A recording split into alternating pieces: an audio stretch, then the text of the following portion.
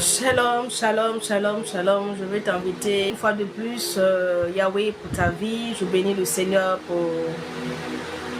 pour la grâce qui te fait d'être là encore sur ce live. Merci Seigneur pour... Ce matin, nous étions là, dans la présence de Jésus, dans la présence de l'Éternel. Et vraiment, le Seigneur s'est glorifié au travers de sa parole, la désobéissance. Je vais clore donc ce chapitre-là par la désobéissance, dans le thème la désobéissance. Il est bien vrai que c'est un thème qui est très vaste. Je ne pense pas avoir tout dit, alléluia, mais je crois que j'ai dit l'essentiel. Ce que le Seigneur voulait que tu saches par rapport à l'obéissance. Nous avons fait plus de 8 semaines, si je ne me trompe pas, où nous avons parlé vraiment des bienfaits de l'obéissance et pourquoi est-ce que, en tant qu'enfant de Dieu, tu dois obéir au Seigneur. Tu dois obéir au Seigneur. Je n'ai pas tout dit, mais je crois que j'ai dit l'essentiel. Alléluia. Et je rends grâce à Dieu vraiment, parce que cet enseignement a béni beaucoup de personnes. Et ça leur a permis vraiment de comprendre comment est-ce qu'il faut marcher avec le Seigneur et qu'est-ce que le Seigneur vraiment attendait d'eux. Alléluia.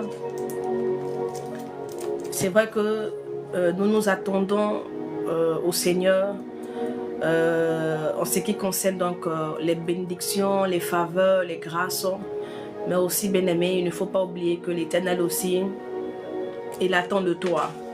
Et ce qu'il attend de toi, ce n'est autre que ton obéissance. C'est tout ce que le Seigneur attend de toi, ta soumission, ton obéissance, ta fidélité, ta constance. C'est ce que le Seigneur vraiment attend de toi. Alléluia. Et donc on va prier et on va voir ensemble donc la désobéissance pour clore ce chapitre-là.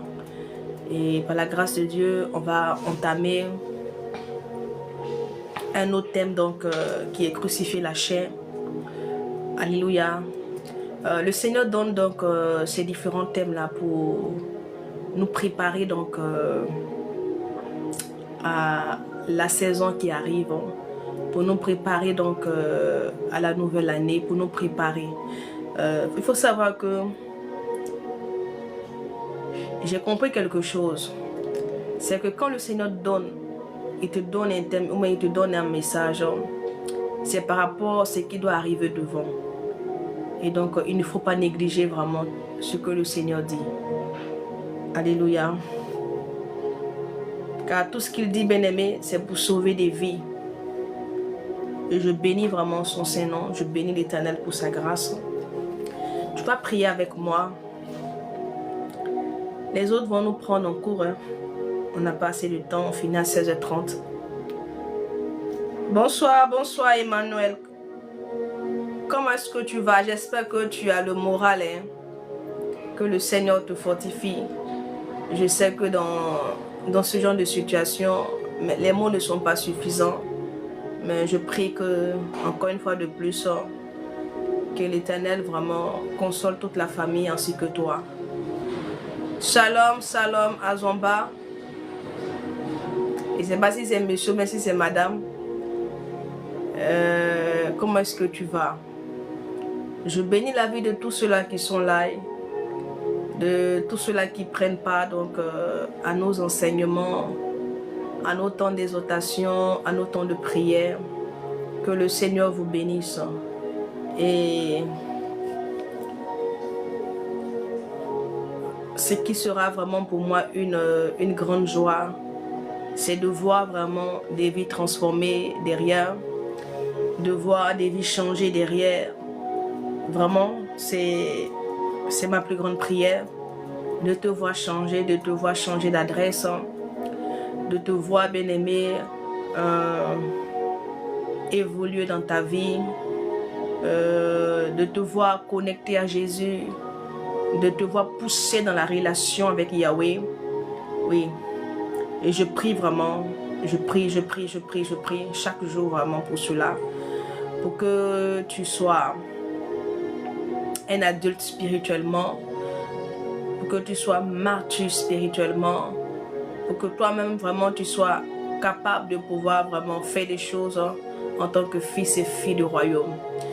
Bonsoir, bonsoir, bonsoir. Comment est-ce que tu vas? Que le Seigneur te bénisse aussi. Que la grâce de Dieu te soit multipliée. Ok.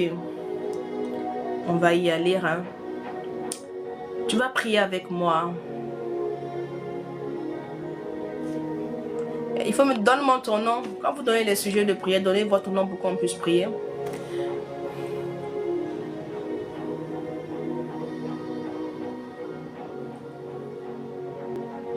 Comment ça? Toi et ton mari, vous êtes en dispute. Vous n'habitez pas dans le même endroit. Je ne comprends pas. Ton copain ou bien ton mari? Situe-moi bien s'il te plaît. Aïcha. Vous n'habitez pas ensemble? Alléluia. Libro Shana Brando Saïda Blos.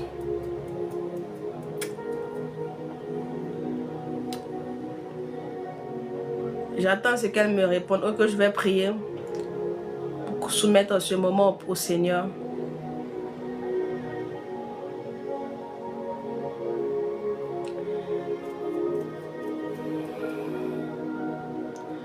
Ah, ok.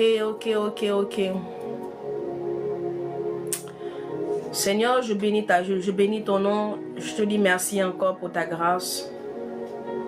Je prie, Seigneur, pour ta fille Aïcha et pour son mari qui est en déplacement.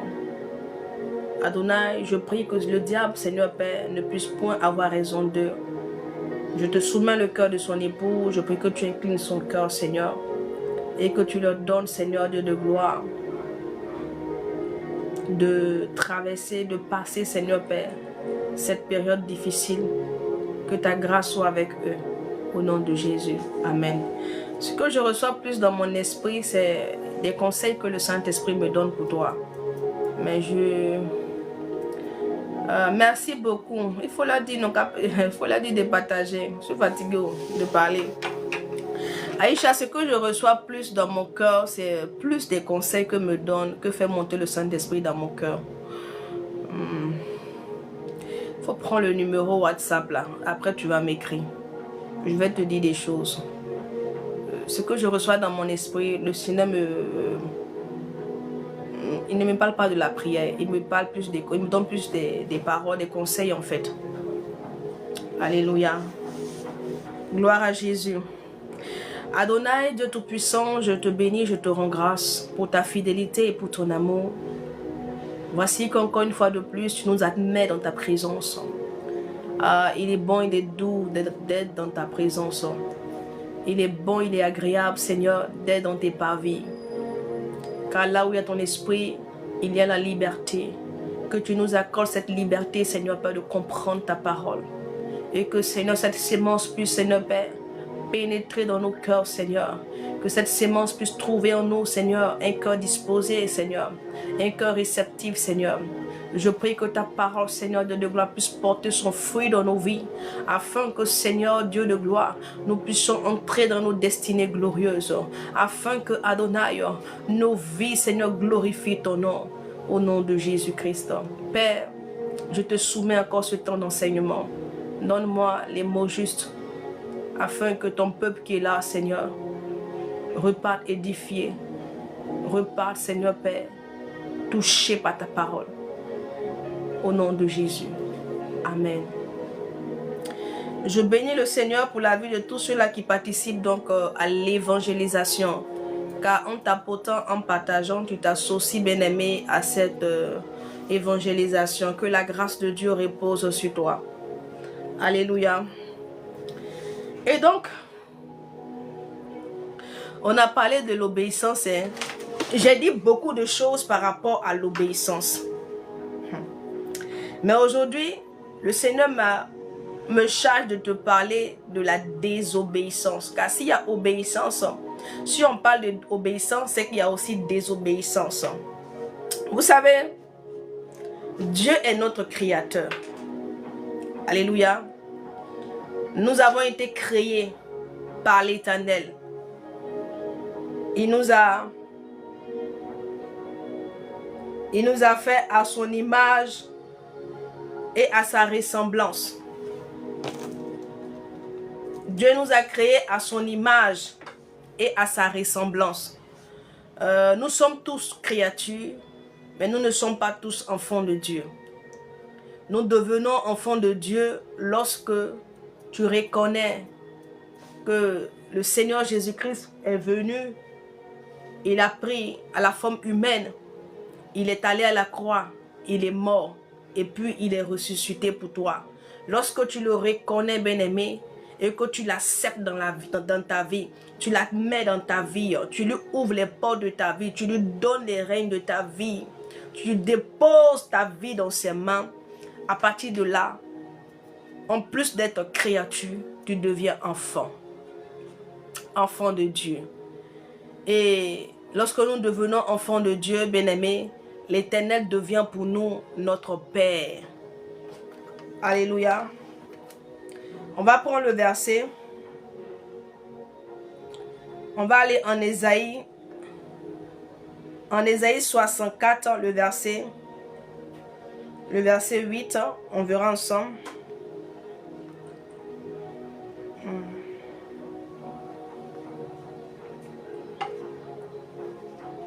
L'Éternel devient notre Père parce que nous devenons ses enfants.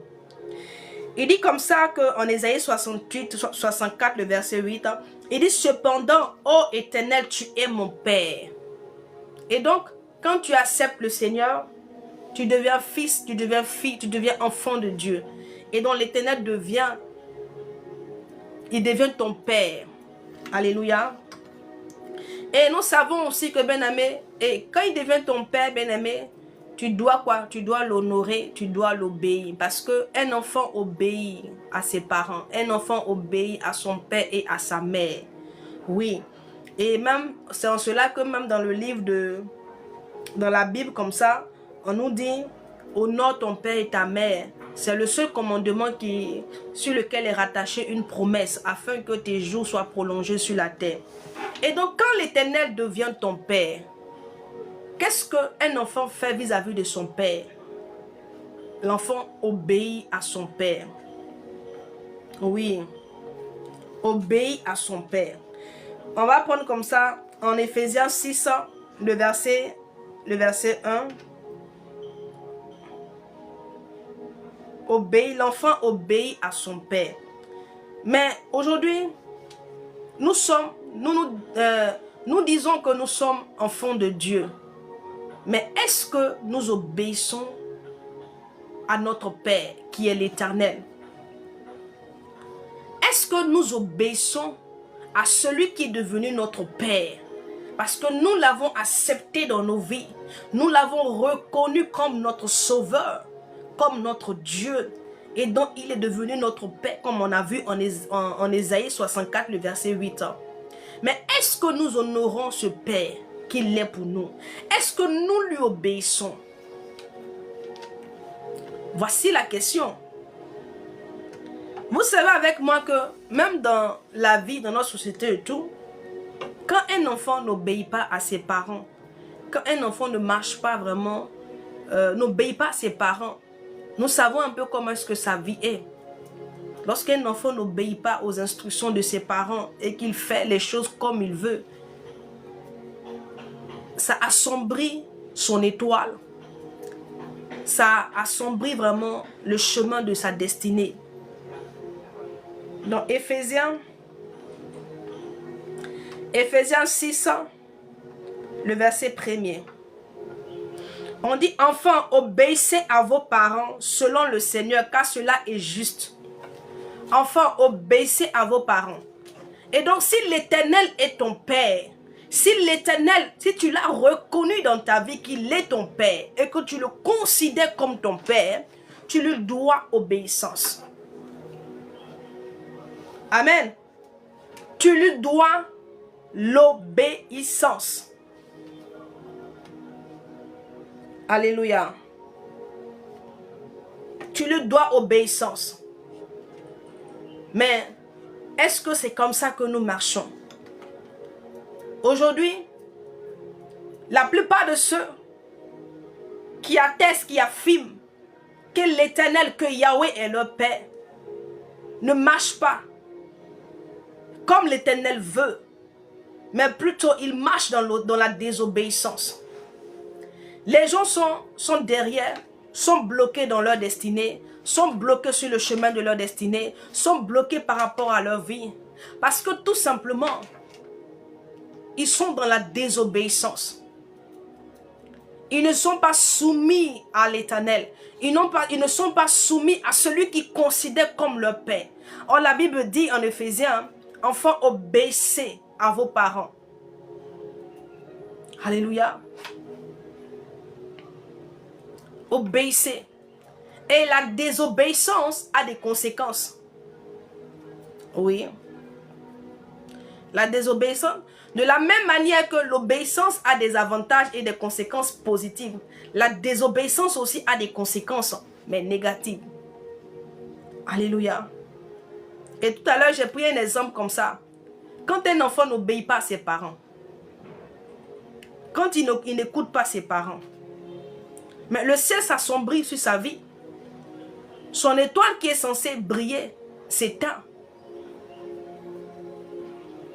La désobéissance, elle fait de sorte que ton étoile qui est censée briller, cette étoile ne brille pas. Ça assombrit, bien aimé, ton ciel. Ça ferme ton ciel.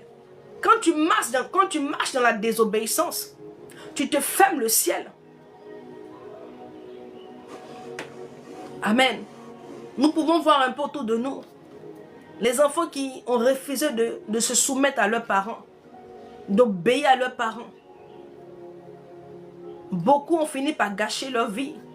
Beaucoup ont fini par détruire leur vie. Vous savez, ce qui a fait que Rebecca, elle a permis à Jacob d'aller prendre la bénédiction d'Ésaü, c'est que Ésaü n'obéissait pas à ses parents. Ésaü n'a pas obéi à ses parents. Il allait prendre les femmes cananéennes. Et cela a déplu à ses parents. Mais ils ne lui ont rien dit. La Bible dit, les femmes cananéennes qu'il allait prendre, cela déplaisait à ses parents. Et donc, on peut comprendre par là que c'est tellement que ses parents lui avaient demandé de ne pas aller épouser les femmes cananéennes. Mais il n'a pas obéi. Il ne s'est pas soumis. Il allait se mélanger avec les autres. Et ça lui a coûté devant. Alléluia.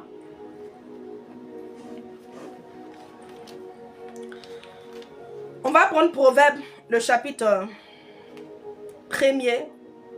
On a beaucoup de versets. Hein. Le chapitre 1er à partir donc du verset 8.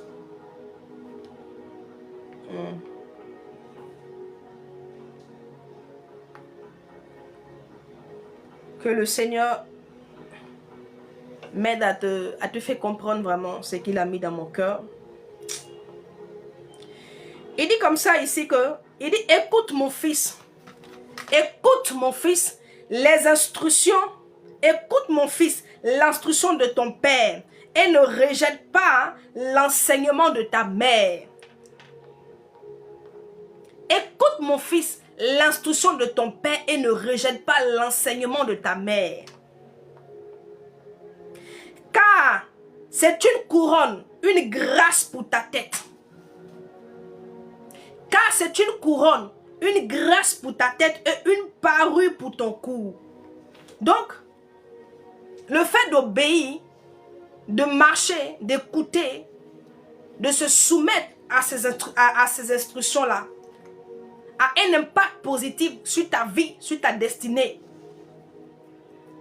Alléluia. a un impact positif. Mais aujourd'hui, nombreux sont ces personnes-là qui ne jouissent pas vraiment des faveurs, des grâces de l'Éternel. Mais pourquoi? Parce que les gens ont préféré marcher dans la désobéissance. Dans la désobéissance. La plupart parmi vous, vous vous plaignez du fait que vos vies sont en retard. Vous vous plaignez du fait que vous n'avancez pas. Et que vous stagnez dans vos vies. Rien n'avance, rien n'évolue. Mais parce que quelque part, bien-aimé, tu n'obéis pas à l'Éternel. Parce que tu marches dans la désobéissance. Oui. La voie que tu as empruntée, cette voie de la désobéissance, bien-aimé, qui fait que, bien-aimé, tu n'as pas cette couronne-là, tu n'as pas cette parure-là. Parce que tu n'es pas soumis.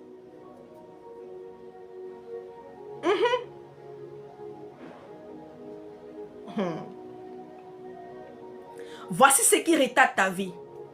La désobéissance. La désobéissance, elle retarde ta vie. Ça bloque les choses dans ta vie. C'est-à-dire que ça assombrit ton étoile. Ça te ferme le ciel. La désobéissance, ça te prive de la présence de l'Éternel. Ça t'éloigne de la présence de l'Éternel. Ça te déconnecte de l'Éternel. Et ça attire sur toi la défaveur. Voici ce que fait la désobéissance. Car tu ne peux pas marcher dans la désobéissance et espérer être béni. Espérer que l'Éternel déverse ses pluies de grâce dans ta vie. Ça ne se fera pas. Et espérer vraiment que ton étoile brille. Car tu es une étoile. Et l'étoile, elle est faite pour briller. Mais qu'est-ce qui assombrit ton étoile? Pourquoi est-ce que ton étoile ne brille pas? Pourquoi est-ce qu'on ne te voit pas? Parce que, bien-aimé, la Bible dit que c'est les mages, les rois mages là, qui ont vu l'étoile de Jésus. L'étoile brillait. Donc, il y a des bénédictions, bien-aimées, qui viendront vers toi parce que ces bénédictions-là verront ton étoile. Oui. C'est les rois mages là. La Bible dit ils ont vu l'étoile de Jésus. Et l'étoile de Jésus-Christ, c'était différencié par son éclat des autres étoiles. Et donc, ils ont suivi l'étoile et qu'ils sont arrivés là où le Seigneur était et choses venait de naître. L'étoile, c'est l'étoile. Mais pourquoi est-ce que toi, ton étoile ne brille pas? Mais c'est à cause de ta désobéissance. Parce que qui fera briller ton étoile? C'est l'Éternel. Car il est la lumière. Et donc tu ne peux pas demeurer en lui, bien-aimé, et ton étoile ne va pas briller. Donc ta désobéissance, là, elle te déconnecte du Seigneur. Elle te sépare de lui. Autrement dit, elle te conduit dans l'obscurité. À telle enseigne que ton étoile, bien-aimé, s'assombrit. Ton étoile arrête de briller.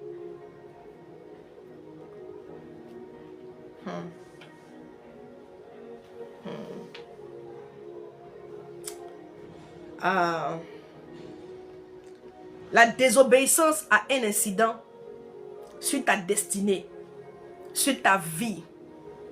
Ça, elle étouffe. La désobéissance là, ça étouffe la bonne sémence, la parole de Dieu.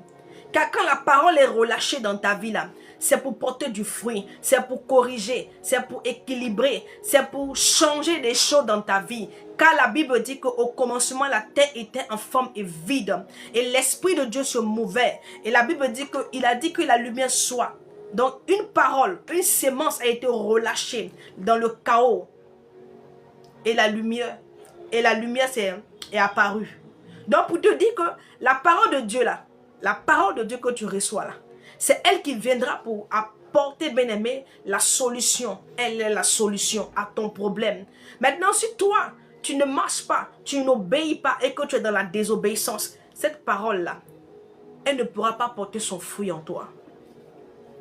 C'est pourquoi elle a été relâchée. En fait, non, ce que la parole était censée faire dans ta vie, tu ne verras pas. C'est pour cela que le Seigneur a pris l'exemple de la sémence du semeur qui allait s'aimer. La terre est tombée dans plusieurs terres, mais il y a une seule terre. Il y a une seule terre, bien-aimée, qui a pu produire. Or, c'est la même sémence qui est tombée dans toutes les terres. On ne donne pas vraiment, on ne nous dit pas que les autres sémences qui sont tombées dans les différentes terres là n'étaient pas de bonnes sémences. Toutes les sémences qui sont tombées dans les terres étaient de bonnes sémences. Étaient de bonnes sémences. Mais pourquoi est-ce que ça n'a pas porté de fruits? Mais parce que les cœurs, ceux qui ont reçu la sémence, n'ont pas obéi. Mais on continue à désobéir, ils ont continué à marcher dans la désobéissance. Voilà pourquoi il n'y a pas eu de fruits. Alléluia. Donc, quand toi tu désobéis à l'Éternel, tu étouffes la sémence qui est relâchée dans ta vie. Tu mets en mal ta destinée. Oui.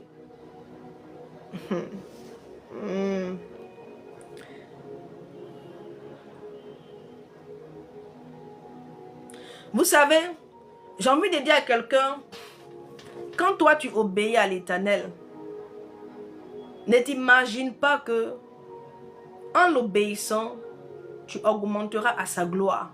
Tu augmenteras un iota à sa gloire. Dieu est Dieu. Et cela ne changera pas. Tu es venu trouver et ça restera ainsi. Dieu est puissant. Cela ne changera pas. Que toi tu obéisses ou pas, ça ne changera pas à sa grandeur. Ça ne changera pas à sa sainteté. Ça ne changera pas à sa puissance. Il est Dieu. Il est au-dessus de tout. Il est tout puissant. Il en est ainsi. Et ça restera ainsi. Tu comprends? Donc, quand l'Éternel te dit que lui, ce qui lui attend de toi, c'est ton obéissance. Ce n'est pas pour que toi tu lui fasses du bien, mais c'est par rapport à toi-même, ta propre vie. Quand il te dit marche dans l'obéissance, quand il te dit en 1 Samuel qu'il préfère l'obéissance par rapport au sacrifice, c'est pour toi-même, c'est pour ton bien-être, c'est pour toi-même, c'est pour ta destinée. C'est pour ne pas que tu mets en mal ta destinée. Pour ne pas que ta désobéissance puisse venir étouffer ta destinée. Oui. C'est dans cette phase-là que le Seigneur t'exhorte à obéir. Parce que tu n'obéis pas pour lui, mais tu obéis pour toi-même. Et c'est pas si quelqu'un me comprend. Parce que quand souvent on dit aux gens obéis au Seigneur, ils ont comme l'impression qu'en obéissant au Seigneur, ils rendent service à Dieu. Non, tu te rends service à toi-même. En obéissant à l'Éternel, tu te rends service, à ton âme. Tu rends service à ta destinée. Parce que de par ton obéissance, tu permets vraiment à cette destinée-là de s'accomplir, de ne pas être détruite. Oui. Tu ne rends pas service à Dieu parce que tu lui as obéi. Donc ne t'imagine pas que en obéissant, je fais du bien à l'Éternel. Tu te fais du bien toi-même. Tu sécurises ta propre destinée. Oui. Tu sécurises ta propre destinée. Labros, chakarabros. Je veux qu'on aille un peu dans la Genèse. J'ai envie de parler comme ça d'Adam. Vous savez,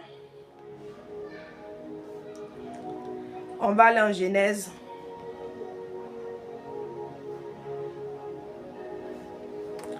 En Genèse, le chapitre 1, le verset 26.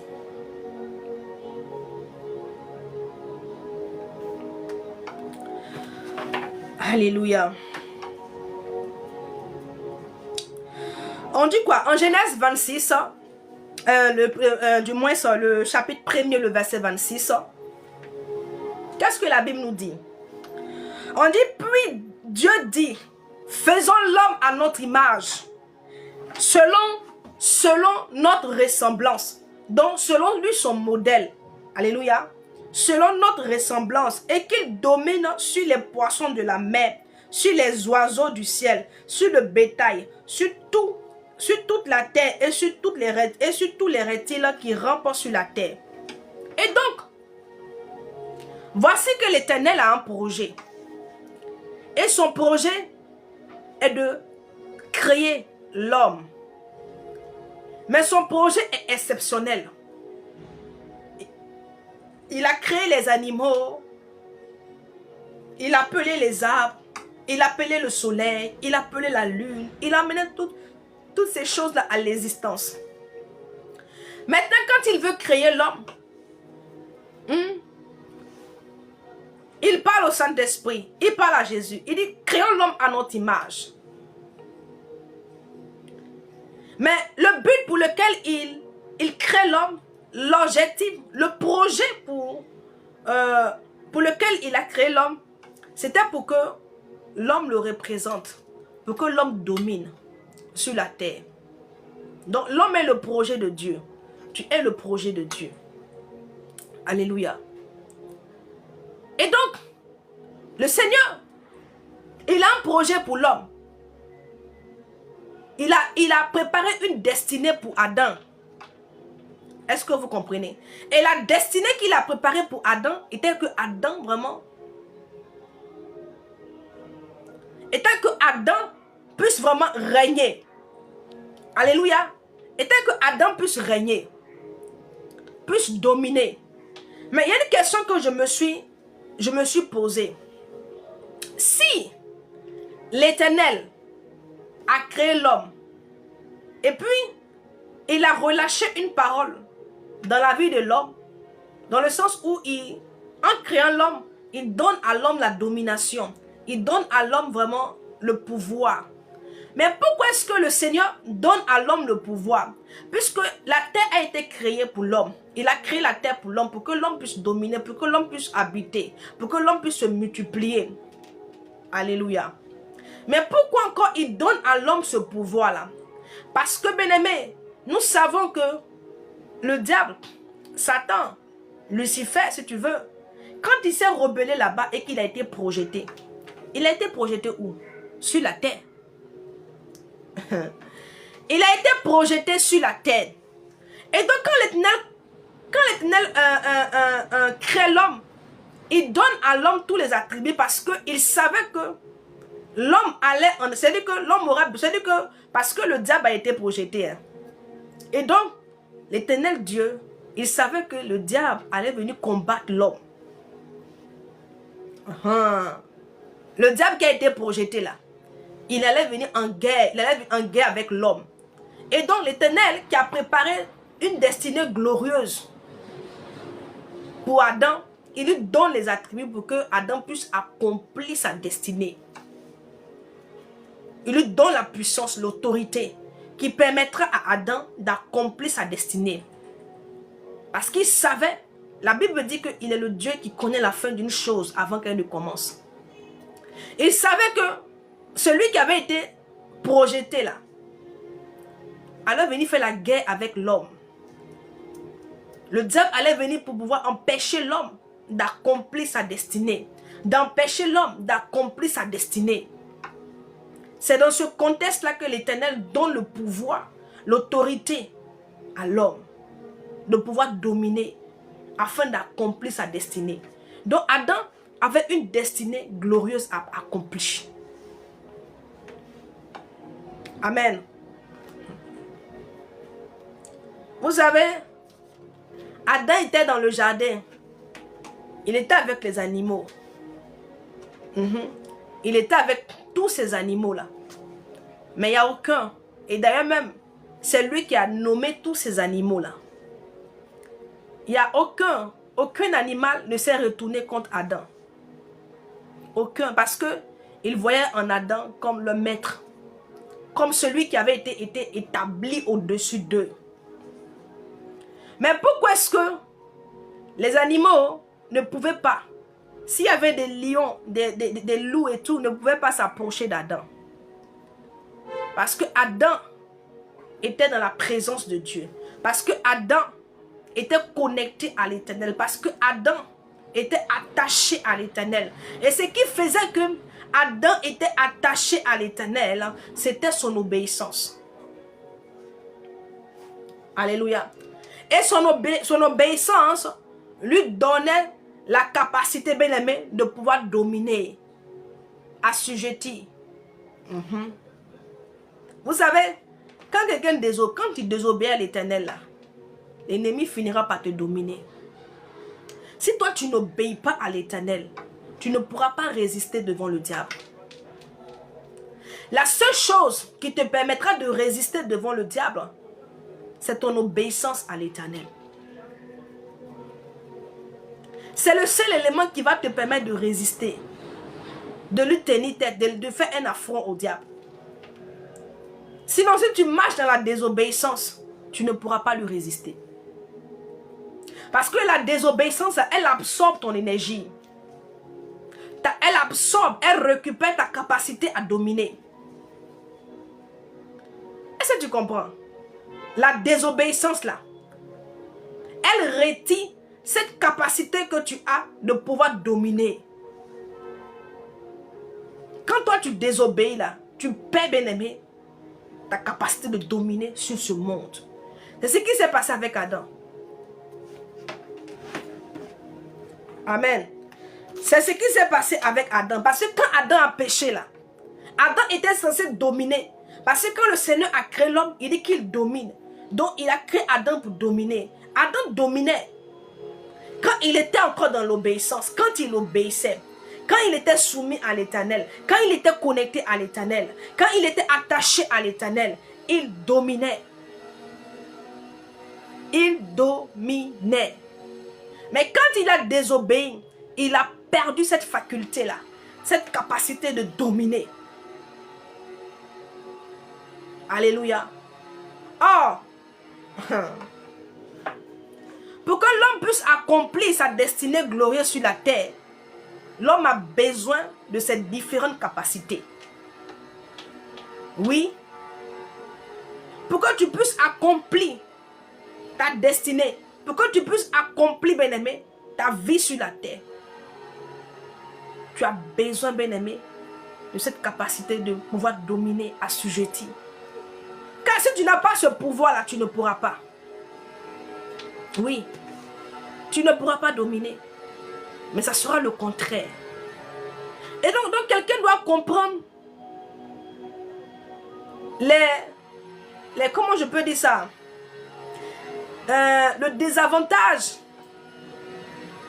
Oui, en ce qui concerne la désobéissance.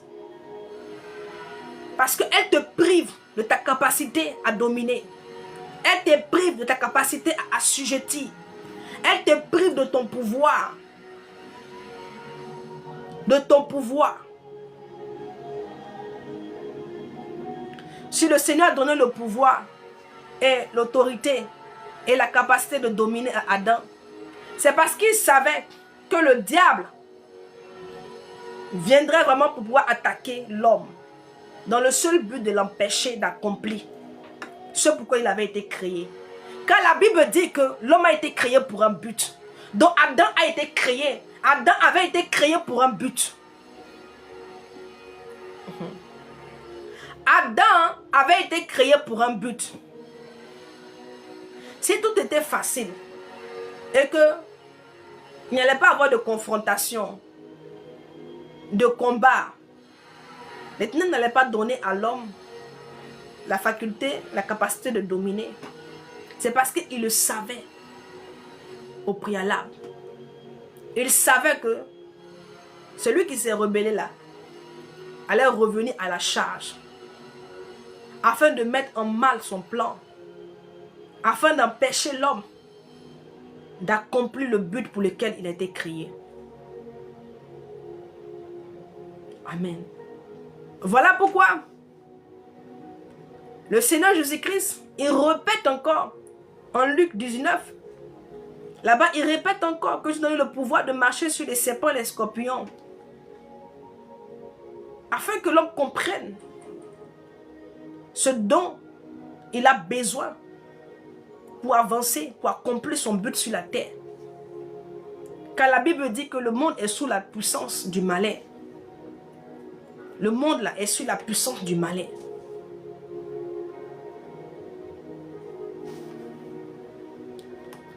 Si tu savais que ta désobéissance t'affaiblit spirituellement, bien-aimé, tu vas arrêter de désobéir et tu vas te soumettre à l'obéissance. Oui. Alléluia. On va prendre Matthieu. Matthieu 10, le verset 15.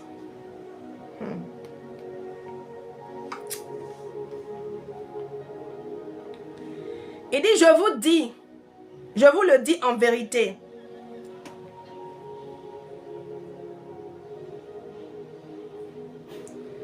Attends, je viens.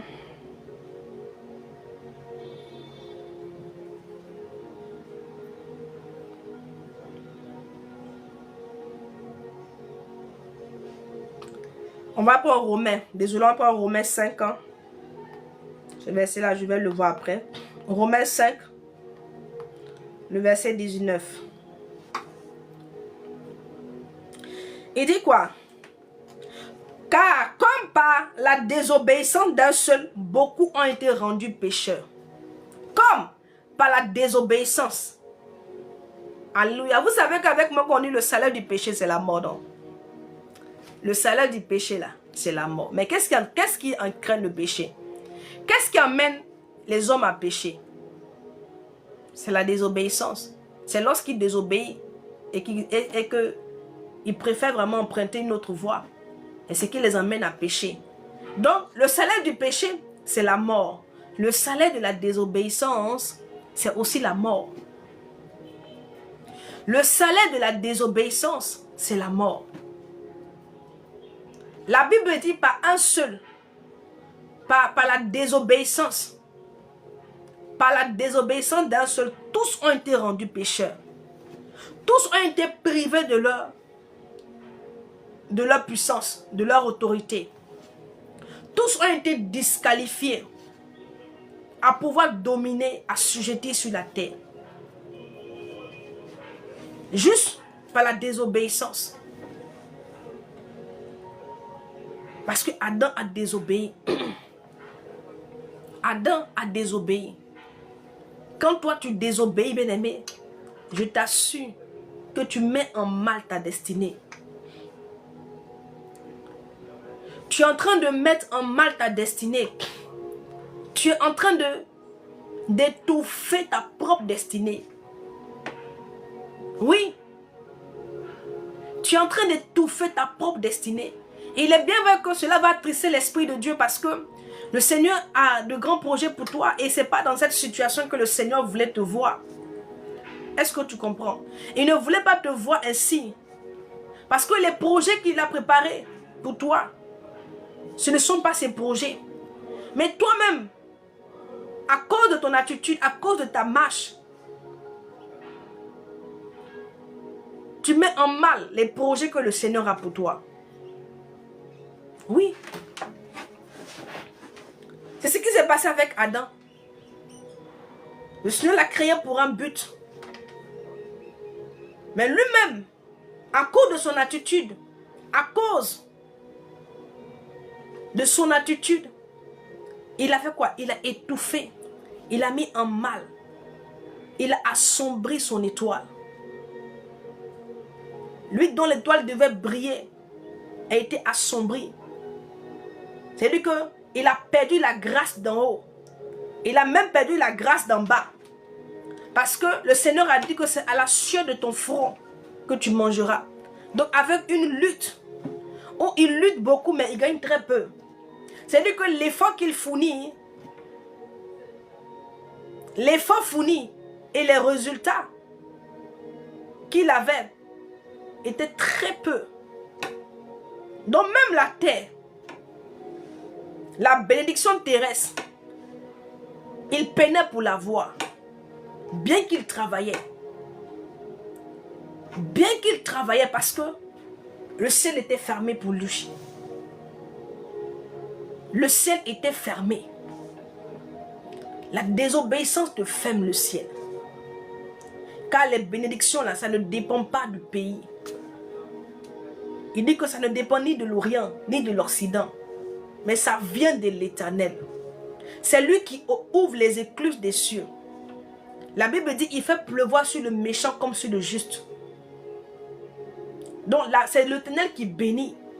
C'est lui qui ouvre son bon trésor. Il ouvre, c'est-à-dire qu'il ouvre le ciel. Et puis il déverse sur toi des grâces. Maintenant, si toi, tu ne marches pas comme il veut, et que tu ne l'obéis pas, mais ton ciel sera fermé. Ton ciel sera fermé. Et tu vas subir ça. Tu vas dire que tu vas ressentir cela sur la terre. Tu vas le ressentir. Regardez parmi vous. Ce n'est pas que vous n'êtes pas brillant. Hein? Même dans votre travail. Dans ce que vous faites. Mais regardez. Tout l'effort que vous faites. Et puis voyez vous-même le résultat que vous avez. Est-ce que c'est en accord? C'est-à-dire que tu travailles beaucoup. Et puis tu as très peu de résultats. C'est que le ciel est fermé. Mais qu'est-ce qui a fermé le ciel? La désobéissance. Parce que le ciel n'était pas fermé pour Adam. Quand il était dans le jardin, il cultivait bien-aimé. Ce n'était pas à la sueur de son front. Ce n'était pas dans la peine. Il cultivait avec joie parce que il récoltait. Mais d'un moment à l'autre, tout a changé. La situation a changé. La situation a changé. Lui qui était sous la grâce, qui bénéficiait de la plus divine, la grâce divine, il s'est retrouvé, bien-aimé, sous la disgrâce, défavorisé. Même la terre ne lui était pas favorable. Même la terre ne lui était pas favorable. Parce que le père de Noé a dit, ah, celui-ci au moins nous délivrera de cette tête qui est maudite. De cette tête qui est maudite. Mais tout ceci à cause de quoi? Qu'est-ce qui est à la base? Qu'est-ce qui a créé cette situation? La désobéissance. Le fait de ne pas obéir. Ah oui. Le fait de ne pas obéir. Le fait de faire comme tu veux. Et non comme Jésus veut. Ah. Ah. Si toi tu penses que en obéissant à l'Éternel, tu fais du bien à l'Éternel. Mais tu te trompes, tu fais fausse route. Tu obéis pour ton propre bien. Tu obéis pour ta propre destinée. On va prendre 1 Corinthiens. 1 Corinthiens 15, le verset 21.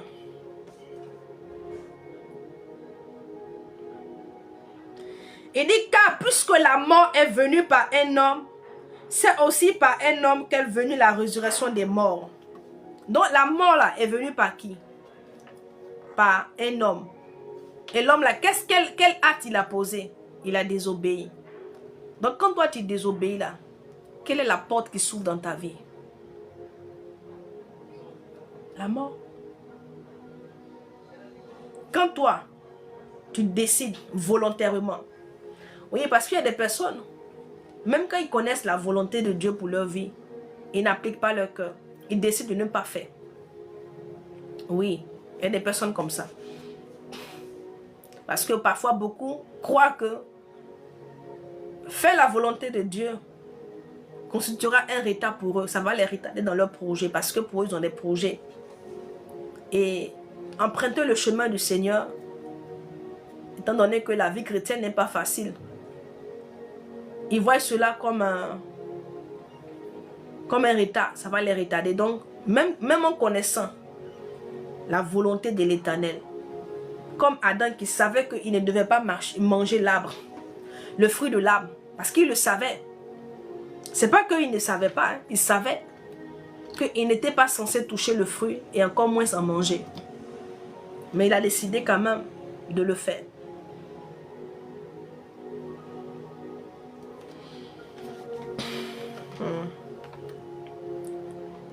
Alléluia.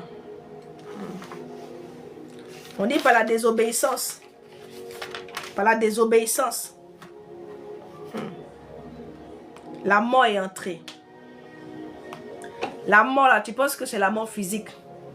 Ah, c'est le dernier élément d'abord qui rentre en ligne de compte. C'est-à-dire que dans tout ce que tu fais, rien ne marche. Toutes tes affaires sont bloquées. Ta vie est bloquée. Tu avances mais tu n'avances pas. Tu évolues mais tu n'évolues pas. Tu progresses mais quand tu regardes, tu es toujours au même niveau. C'est une forme de mort aussi. Au niveau de tes finances, tu ne comprends rien. Au niveau de ta vie sentimentale, tout est mélangé. La sécheresse financière. Ta vie est bloquée. À cause de la désobéissance. La dernière fois, on a vu un peu ce dont tu te prives en Deutéronome 28. Quand toi, tu n'obéis pas, quand tu refuses de te soumettre, de faire ce que le Seigneur te demande. Quand le Seigneur te demande de faire quelque chose, c'est pour toi-même.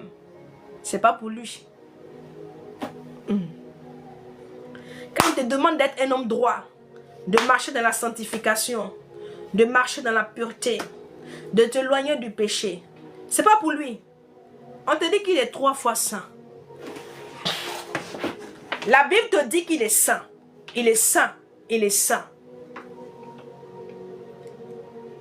Donc, quand lui te demande de faire ça, de faire comme ça, de marcher comme ça, c'est pour toi-même. Parce qu'il connaît les projets qu'il a formés pour toi. Tu es son projet. Tu as une destinée glorieuse. Tu es une étoile. Et il ne faudrait pas que les ténèbres viennent assombrir, viennent détruire toutes ces choses-là, merveilleuses, qui ont été élaborées pour toi. Et donc Dieu, il te donne juste une feuille de route. Il te donne juste ce sur quoi tu dois t'appuyer, ton obéissance. Oui. C'est tout ce qu'il a dit à Adam et Ève. Quand il les a mis dans le jardin là, bien aimé, il ne leur a pas demandé des choses faramineuses. Il a tout simplement dit de ne toucher pas ça.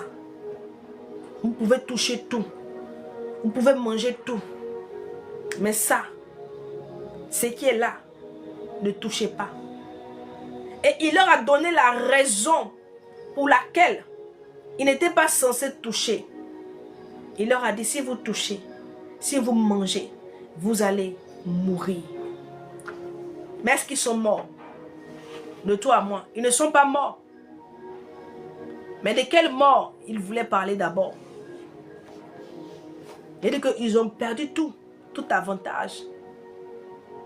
Oui, la terre, il leur a dit que la terre n'était plus soumise à eux.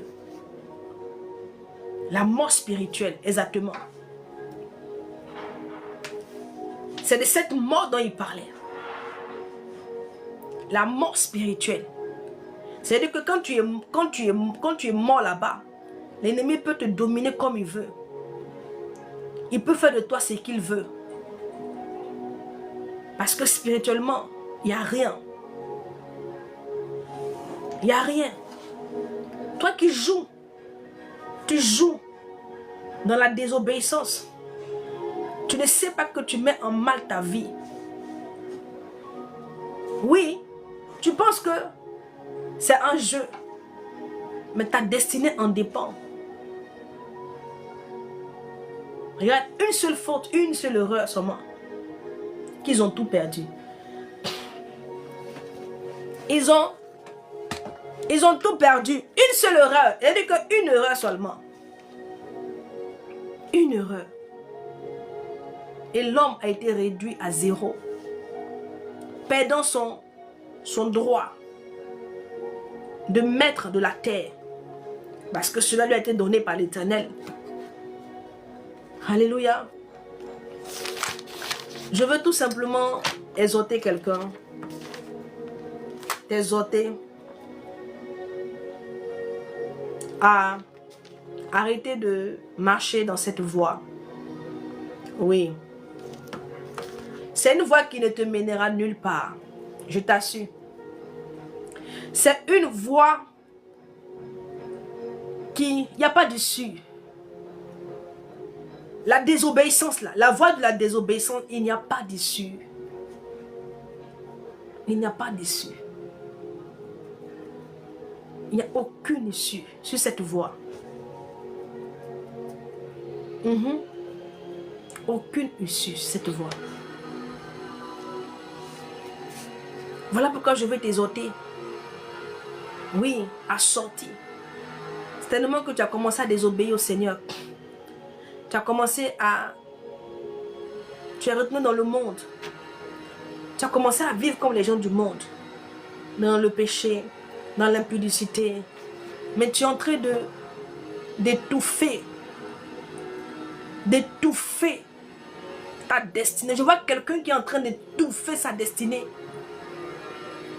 Tu es en train d'étouffer ta destinée. Je t'assure. Tu es en train de mettre en mal les projets que Dieu a pour toi. Tu es en train de retarder ta vie. Oui. Tu es en train de faire du mal à ton âme. Mais quand ça ne va pas, tu es brisé, tu as mal au-dedans de toi. Quand la situation ne change pas, tu as mal. Ton âme est touchée. Ton âme est touchée.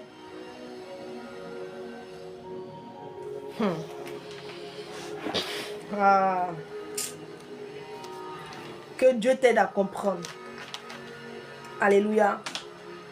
Que le Seigneur t'aide à comprendre.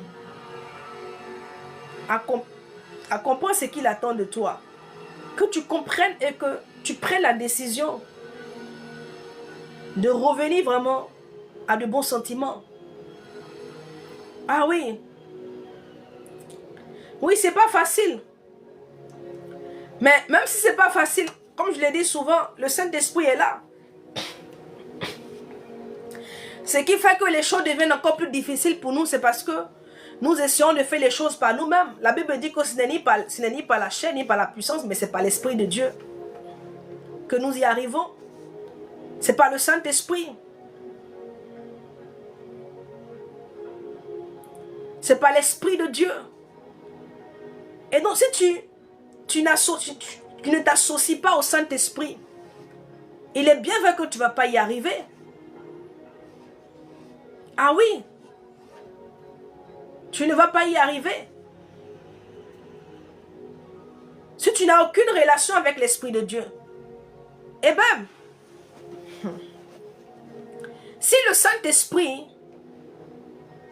s'il t'oriente et que tu ne te soumets pas, dis-moi, est-ce que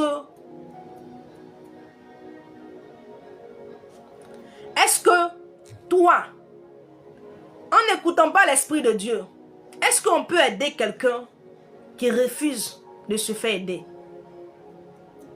Est-ce qu'on peut aider quelqu'un qui refuse de se faire soigner? Parce que le Seigneur ne fera rien sans toi, sans que tu lui aies donné la main de le faire. Mais parmi, il y a beaucoup qui ne donnent pas la main au Seigneur. Ah oui? Qui ne donnent pas la main au Seigneur. On ne peut pas aider quelqu'un qui ne veut pas se faire aider. Ah oui. Voilà pourquoi le Seigneur, quand il est venu, il a dit quoi? Il dit que celui qui est fatigué. C'est-à-dire quand toi-même tu sais que tu es fatigué, que tu as besoin d'aide, tu viens vers lui. Mais la plupart, beaucoup disent qu'ils sont fatigués, mais quand ils viennent vers le Seigneur, ils veulent imposer le choix à l'Éternel. À la limite, mais ils imposent ce qu'eux ils veulent au Saint-Esprit. Ils obligent le Seigneur. C'est-à-dire que c'est nous qui sommes censés nous soumettre et suivre le Saint-Esprit. Mais nous obligeons l'Esprit de Dieu à accepter nos choix, nos décisions. Voilà pourquoi nous n'arrivons pas. Ah oui. La grâce est déjà là. Le Seigneur nous a déjà accordé sa grâce. Il nous a déjà accordé sa grâce. Il faut juste, bien aimé, prendre conscience de la grâce qui t'a été accordée. Et puis laisser le Saint-Esprit faire les choses dans ta vie. Accepter. Accepter. Comprendre que, en fait, il est comme ton allié. Il n'est pas ton ennemi. On collabore plus avec le diable qu'avec l'Esprit de Dieu. Ah oui. Beaucoup collaborent plus. C'est-à-dire que dans le monde là-bas, les gens sont soumis à l'esprit du monde. Mais pourquoi quand on vient à Christ, on refuse de se soumettre à son esprit? Dans le monde, parce qu'il y a l'esprit du monde. Là-bas, les gens sont plus soumis à l'esprit du monde. Maintenant, quand on vient que là, il y a l'esprit de vérité, qui pourra nous conduire dans la vérité tout entière, afin que nous puissions atteindre le but, accomplir nos destinées. Et là, nous nous faisons un affront. Ah oui, beaucoup font un affront au Saint-Esprit. Pourquoi le Seigneur dit non, que n'attristez pas mon esprit? Donc ce qui veut dire que le Saint-Esprit, dans l'exercice de sa mission dans ta vie, quand il t'oriente, quand il te demande de faire ça, pour ton bien que tu ne fais pas, c'est la triste. Parce que il peut voir le danger qui est devant. Et puis il est venu pour n'importe pas que toi. Tu périsses pour que ta vie soit détruite. Il est venu pour rattraper les choses. Afin que les choses aillent mieux dans ta vie. Mais si tu n'es pas à l'écoute de ce qu'il te dit, de toi à moi, pourquoi est-ce que lorsque Caïn a eu la pensée de tuer son frère, il a mûri la pensée, qu'est-ce que le Seigneur a fait? Est-ce qu'il a laissé Caïn agir comme ça? Il est venu l'interpeller. Il est venu. Il a dit à Caïn, Caïn, le péché à ta porte. Il est venu les ôter. Il est venu afin que Caïn ne détruise pas sa vie. Il est venu afin de l'interpeller pour ne pas qu'il commette l'irréparable. Oui, il est venu, il a dit à Caïn que le péché à ta porte. Autrement dit, le diable est là. Fais très attention à tes pensées. Méfie-toi, ne laisse pas. Il a dit que le péché sur tes tapis à ta porte. Toi, domine. Pourquoi le Seigneur dit ça? Parce que l'homme, il sait ce qu'il a donné à l'homme. Il a donné à l'homme cette capacité, bien-aimée, de dominer, cette réflexion, l'intelligence. Où l'homme peut jauger vraiment ce qui est bon, ce qui n'est pas bon. Ce n'est pas l'arbre du fruit du bien et du mal que Adam et Ève ont mangé. C'est ça. Donc, s'ils ont mangé le fruit du bien et du mal, dont ils ont reçu, ils ont été illuminés et ils ont reçu la capacité de discerner ce qui est bon et ce qui n'est pas bon. Est-ce que vous comprenez? Ils ont reçu la capacité de discerner ce qui est bon et ce qui n'est pas bon. Ah oui. Voilà pourquoi le Seigneur pouvait dire comme ça que il y a le bien et le mal. Tout est devant toi. Mais est-ce que le Seigneur t'oblige à aller vers le bien? Or, il sait que ce qui est bon pour toi, c'est que tu ailles sur le chemin du bien. Mais est-ce qu'il t'oblige à aller? Qu'est-ce qu'il fait? Il t'exhorte. On prend le verset. Il t'exhorte à aller vers le bien. Il dit comme ça, en Deutéronome 30, le verset 15. Il dit, voici, je mets aujourd'hui devant toi la vie et le bien, la mort et le mal. Donc tout est devant toi.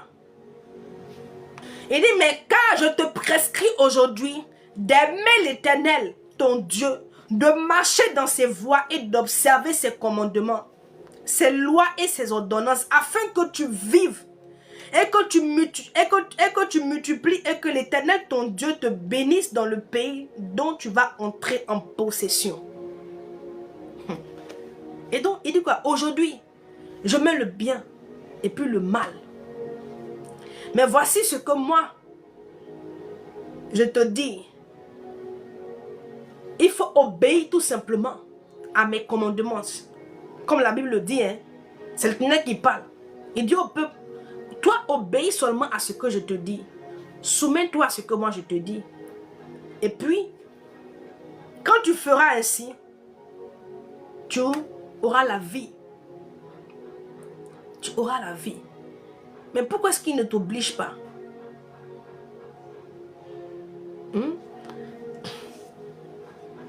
Il ne t'oblige pas.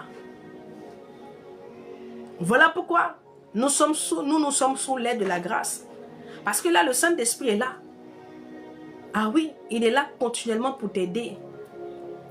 La Bible dit qu'il témoigne à ton esprit que tu es un enfant de Dieu. Donc, il te témoigne la voie que tu dois suivre.